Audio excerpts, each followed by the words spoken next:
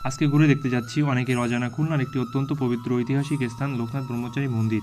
যারা ভ্রমণের পাশাপাশি আধ্যাত্মিক শান্তি খুঁজে পেতে চান, এই জায়গাটি তাদের জন্য একদম পারফেক্ট। কোথা থেকে কিভাবে আসবেন, কত টাকা খরচ হবে এখানে আসলে সব কিছুই আপনাদের ভিডিওতে দেখাবো। চলুন তাহলে ভিডিওটি দেখা যাক।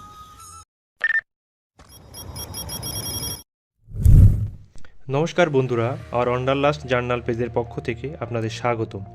এখন আছি সোনাডাঙ্গা বাস স্ট্যান্ডে। এখান থেকে ইজি বাইক নিয়ে শুরু হচ্ছে আজকের যাত্রা লোকনাথ ব্রহ্মচারী মন্দির। চাইলে আপনারা সোনাডাঙ্গা বাইপাস সড়ক হয়ে যেতে পারেন, কিন্তু রাস্তা অনেক খারাপ হওয়ার কারণে গল্লামারি থেকে 0 পয়েন্ট হয়ে যাচ্ছি। জনপ্রতি ভাড়া পড়বে মাত্র 15 টাকা। সোনাডাঙ্গা থেকে খুব সহজেই ইজি বাইক করে পৌঁছে যাওয়া যায় গল্লামারি এলাকায়। রাস্তাটা বেশ ভালো, আর যেতে যেতে খুলনার পরিচিত শহরের দৃশ্য চোখে পড়ে। এখন গল্লামারিতে পৌঁছালাম। গল্লামারি মোড়টা একটা ব্যস্ত এরিয়া, এখানে জ্যাম থাকে।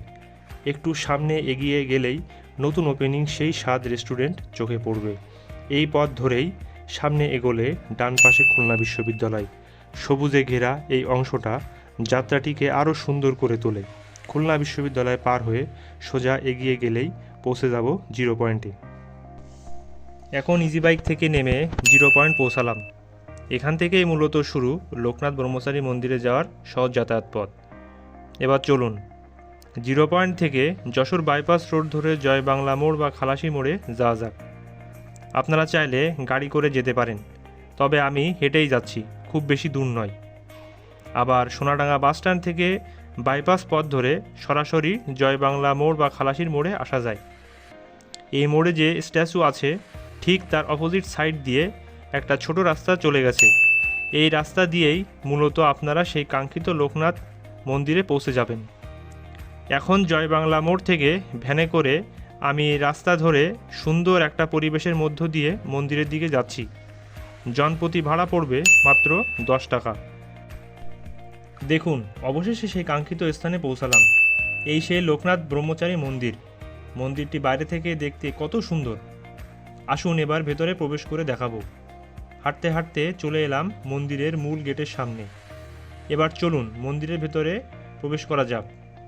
ঢুকেই আপনারা সুন্দর একটি পরিবেশ দেখতে পাবেন। ছোট জায়গা হিসেবে মন্দিরটি দেখতে অসাধারণ। চলুন এবার মন্দিরের ভেতরে প্রবেশ করে লোকনাথ বাবার বিগ্রহকে প্রণাম করব আর ভেতরটা সুন্দরভাবে ঘুরে দেখাবো।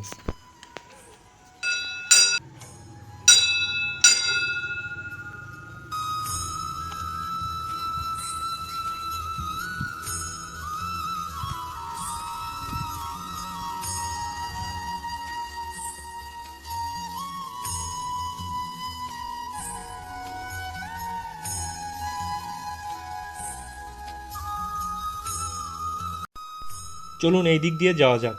কি সুন্দর হাতের কারুকার্য খচিত রাধাকৃষ্ণের বিগ্রহ। কত সুন্দর কারুকার্য করা মন্দিরের দেওয়ালের চারপাশটা। রয়েছে মহাদেবের কারুকার্য করা একটি বিগ্রহ। এ সাইডে আরেকটি কারুকার্য খচিত সুন্দর লোকনাথ বাবার বিগ্রহ। প্রতিদিন ভক্তরা আসে বাবাকে একবার প্রণাম করার জন্য।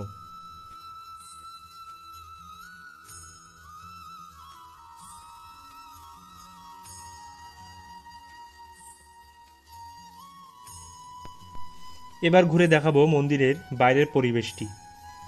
বাইরে থেকে মন্দিরটি দেখতে যেন অসাধারণ লাগে। মন্দিরের সামনে রয়েছে একটি বটগাছ, একটি ছোট ফুলের বাগান।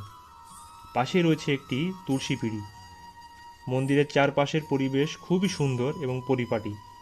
পরিবার নিয়ে আসার জন্য একদম উপযুক্ত জায়গা। কিছু সময় এখানে বসে থাকলেই মনের সব ক্লান্তি দূর হয়ে যাবে। সব মিলিয়ে লোকনাথ ব্রহ্মচারী মন্দির একটি পবিত্র, শান্ত ও হৃদয় ছুঁয়ে যাওয়া স্থান।